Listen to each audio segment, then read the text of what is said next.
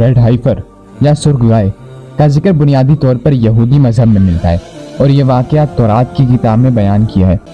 सुर्ख गाय की कुर्बानी का मकसद ये था कि उसकी राख को पानी के साथ मिलाकर पाकीज़गी के लिए इस्तेमाल किया जाए, खास तौर पर ऐसे लोगों के लिए जो किसी मुर्दा जिस्म को छूने की वजह से नापाक हो जाते हैं। रेड हाइफर की यहूदी मजहब के मुताबिक सुर्ख गाय की कुर्बानी का अमल तौरात में तफसील से बयान हुआ है।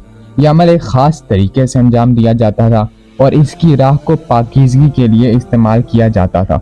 रेड हाइफर का इस्लाम में कोई ख़ास जिक्र नहीं है और ना ही इसकी कुर्बानी का कोई हुक्म दिया गया है। ताहम इस्लाम में कुर्बानी का तस्वर मौजूद है जो ईद उल अज़हा के मौका पर अंजाम दिया जाता है, जिसका मकसद अल्लाह के हुक्म की तामील और हज़रत इब्राहीम अलैहिस्सलाम की सुन्नत को जिंदा रखना है। गाय की कुर्बानी का वाक़या कुरान मजीद में जिक्र किया गया है।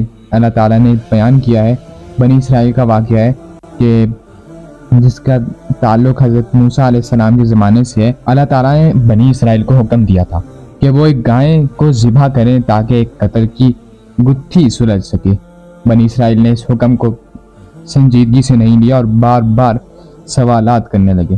पहला सवाल उनका ये था कि जब हज़रत मूसा अलैहिस्सलाम ने बनी इसराइल को गाय ज़िबा करने का हुक्म दिया तो उन्होंने सबसे पहले मजाक किया, क्या आप हमारे साथ मजाक कर रहे हैं?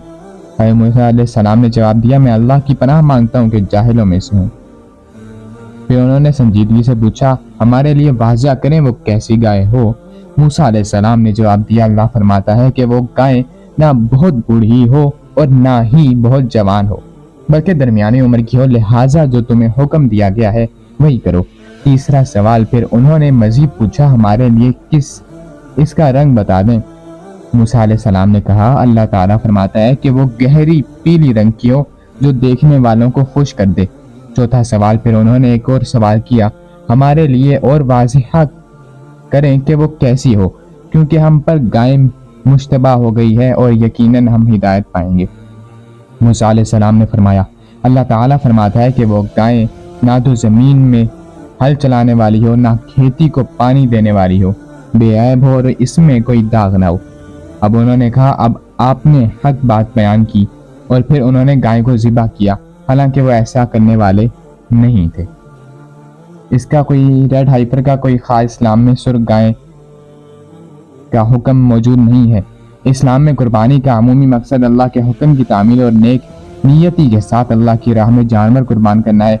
कुरान मजीद में गाय की कुर्बानी का जिक्र बनी इसराइल के वाक़े के तनाज़ुर में आता है, जो हमें अल्लाह की नाफरमानी से बचने और इसके अहकामात की तामील करने की नसीहत करता है। बनी इसराइल ने हज़रत मूसा अलैहिस्सलाम को गाय की कुर्बानी के हुक्म पर अमल करने में टाल मटोल से काम लिया और इसके बारे में कई सवालात किए गए।